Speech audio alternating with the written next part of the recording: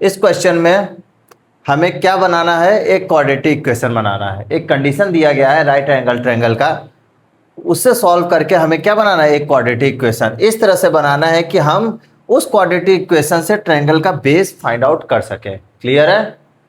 लेकिन हमें base find out नहीं करना है, बेस का लेंथ फाइंड आउट नहीं करना है, न ही हाइपोटेनियस का, न ही परपेंडिकुलर का। हमें बस और बेस क्या बनाना है, क्वाड्रेटिक इक्वेशन बनाना है। क्लियर है?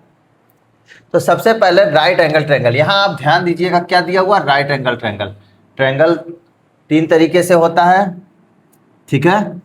एक आपका राइट एंगल ट्रायंगल एंगल के हिसाब से, ठीक है, एंगल के हिसाब से एक राइट एंगल ट्रायंगल होता है जिसमें एक एंगल आपका 90 डिग्री होता है। एक होता है एक्यूट एंगल, ठीक है, जिसमें आपका एक्यूट एंगल होता है जिसमें आपका सभी एंगल ए बी और सी तीनों ही एंगल आपका क्या होता है, लेस देन 90 डिग्री होता है। क्लियर होता है? जब तीनों ही एंगल अगर लेस देन 90 डिग्री हो जाए तो उसे क्या कहते हैं, एक्यूट एंगल। जब किसी भी ट्रायंगल में एक एंगल आपका 90 डिग्री हो जाए उसे हम राइट ट्रायंगल कहते हैं। क्लियर है? और अगर किसी भी ट्रायंगल में अगर एक एंगल आपका ग्रेटर देन 90 डिग्री हो जाए, ठीक है, जैसे ये ए बी सी, कोई भी एक ए बी सी में कोई भी एक, जैसे बी के यहाँ क्या है, ग्रेटर देन 90 डिग्री है, तो इसे हम क्या बोलेंगे, ऑब्ट्यूज ट्रायंगल। क्लियर है? Right angle triangle, acute triangle और ऑब्ट्यूज ट्रायंगल, ये इस तरह से हो जाता है। तो हमें यहाँ पे क्वेश्चन दिया गया है राइट एंगल ट्रायंगल का। तो राइट एंगल ट्रायंगल क्या कहलाता है हमसे, जब राइट एंगल ट्रायंगल की एक प्रॉपर्टी भी है। क्या प्रॉपर्टी है, हम देखते हैं। प्रॉपर्टी हर ट्रायंगल की आपको पता होनी चाहिए। राइट एंगल ट्रायंगल की प्रॉपर्टी है, इसे हम लोग क्या बोलते हैं, बेस, इसे क्या बोलते हैं, परपेंडिकुलर, और इसे क्या बोलते हैं, हाइपोटेनियस। तो इसमें हम हाइपोटेनियस कौन सा एंगल कौन से साइड हाइपोटेनियस होता है, 90 डिग्री के सामने वाला एंगल साइड को हम क्या बोलते हैं, हाइपोटेनियस बोलते हैं। और यही ट्रायंगल राइट 90 डिग्री वाले में, मतलब राइट एंगल ट्रायंगल में सबसे लंबी जो लेंथ होती है वो हाइपोटेनियस की ही होती है। क्लियर है? हमने यहाँ से क्या सीखा, अगर हमें नहीं पता है कि हाइपोटेनियस कौन सा है तो हम देखेंगे 90 डिग्री के जस्ट सामने वाला जो साइड होगा उसी को हम क्या कहेंगे, हाइपोटेनियस कहेंगे। क्लियर है? फिर आप किसी को भी बेस मान लीजिए, किसी को भी परपेंडिकुलर मान लीजिए, कोई दिक्कत की बात नहीं है, ठीक है। लेकिन हाइपोटेनियस आपको अलग मानना, मतलब पता होना चाहिए कि हाइपोटेनियस कौन सी साइड है, ठीक है। और हाइपोटेनियस ही सबसे बड़ा होता है, तो इसकी प्रॉपर्टी है हाइपोटेनियस का स्क्वायर इक्वल टू परपेंडिकुलर का स्क्वायर प्लस बेस का स्क्वायर। ये इसकी प्रॉपर्टी है। ये सब ट्रायंगल में नहीं लगेगा, ये केवल और केवल किस में लगेगा, राइट एंगल ट्रायंगल में। किस में, राइट एंगल ट्रायंगल में। क्लियर है? तो हमसे क्या कहा है क्वेश्चन, अब देखिए क्या कहा है क्वेश्चन, कहा है कि जो हाइट है, हाइट मतलब perpendicular of A right angle is 7 centimetre less than it's base. मतलब बेस से हमारा जो परपेंडिकुलर है वो क्या है, 7 सेंटीमीटर लेस है। तो हम बेस को क्या मान लेंगे, एक्स मान लेंगे। लेट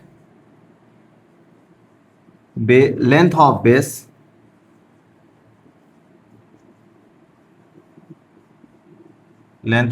इक्वल्स टू क्या, एक्स सेंटीमीटर। अगर हमने x सेंटीमीटर मान लिया तो हम परपेंडिकुलर मतलब हाइट क्या हो जाएगा आपका, हाइट क्या हो जाएगा आपका, x में से 7 सेंटीमीटर क्या कर देंगे, माइनस कर देंगे। ये समझ में आया होगा आपको आई थिंक। जब इसको हम x मानेंगे तो ये x माइनस 7 क्यों हो जाएगा, क्योंकि ये कह रहा है क्वेश्चन में कि 7 सेंटीमीटर क्या है, कम है, किससे, बेस से। तो यहाँ पे इसकी प्रॉपर्टी लगाएंगे किसकी, राइट एंगल ट्रायंगल की। क्या है, हाइपोटेनियस का स्क्वायर इक्वल टू परपेंडिकुलर का स्क्वायर प्लस बेस का स्क्वायर। तो हाइपोटेनियस इसमें दिया हुआ है, देखिए हाइपोटेनियस कितना दिया हुआ है, 13 सेंटीमीटर लिखा हुआ है। If the hypotenuse is 13 centimetre तो 13 का स्क्वायर इक्वल टू परपेंडिकुलर मतलब हाइट x माइनस 7 का स्क्वायर प्लस बेस कितना है, x का स्क्वायर। क्लियर है? तो इस तरीके से हम इसको सॉल्व करेंगे। और सॉल्व हमें नहीं करना है, हमें बस क्या बनाना है, क्वाड्रेटिक इक्वेशन बनाना है। तो यहाँ से क्या आएगा, 13 का स्क्वायर हमें पता है 169, और a माइनस बी का होल स्क्वायर का क्या फार्मूला होता है, a स्क्वायर प्लस का बी स्क्वायर माइनस का 2ab। क्लियर है? तो हम यही लगाएंगे, ए स्क्वायर मतलब एक्स का स्क्वायर प्लस बी का स्क्वायर मतलब 7 का स्क्वायर मतलब 49 और माइनस 2ab मतलब 7 टू जा 14x। क्लियर है? प्लस का एक्स स्क्वायर प्लस का एक्स स्क्वायर। तो यहाँ से 169 इक्वल्स टू क्या हो गया, x x 2x square minus का 14x प्लस का 49। अब टू देखिए ये इधर जाएगा तो क्या होगा, 2x स्क्वायर माइनस का 14x प्लस का 49 माइनस का 169। जब इधर जाएगा तो क्या हो जाएगा, क्लियर है? जब भी हम इक्वल्स टू के इधर उधर अगर हम नंबर को ट्रांसफर करते हैं या वेरिएबल को ट्रांसफर करते हैं, किसी भी चीज़ को ट्रांसफर करते हैं तो उसका साइन क्या हो जाता है, चेंज हो जाता है, प्लस से माइनस माइनस से प्लस। तो यहाँ से क्या आया हमारे पास, 2x स्क्वायर माइनस का 14x। अब इसको माइनस करेंगे तो वह माइनस का 120। अब देखिए सब में 2 कॉमन है तो एक्स स्क्वायर माइनस का 7x माइनस का 60 इक्वल्स टू 0। 2 उधर चला जाएगा तो 0 से 0/2 क्या होता है, 0 ही होता है। ठीक है? 0 में किसी नंबर से डिवाइड करेंगे तो 0 ही आएगा, 0 में किसी नंबर से मल्टीप्लाई करेंगे तब भी 0 ही आएगा। तो यहाँ क्या हो जाएगा, एक्स स्क्वायर माइनस का 7x माइनस का 60 इक्वल्स टू 0। यही हमारा आंसर हो जाएगा। क्लियर है? क्यों? क्योंकि क्वेश्चन में क्या है कि केवल बनाना है क्या, form the quadratic equation. Okay, जिसकी सहायता से हम ट्रायंगल का बेस निकाल सकें। तो हमें बनाना क्या, केवल क्वाड्रेटिक इक्वेशन। और क्वाड्रेटिक इक्वेशन क्या निकल के, x square minus 7x minus 60 equals to 0। I think आप लोगों को बहुत अच्छे से समझ में आया होगा। Thank you guys.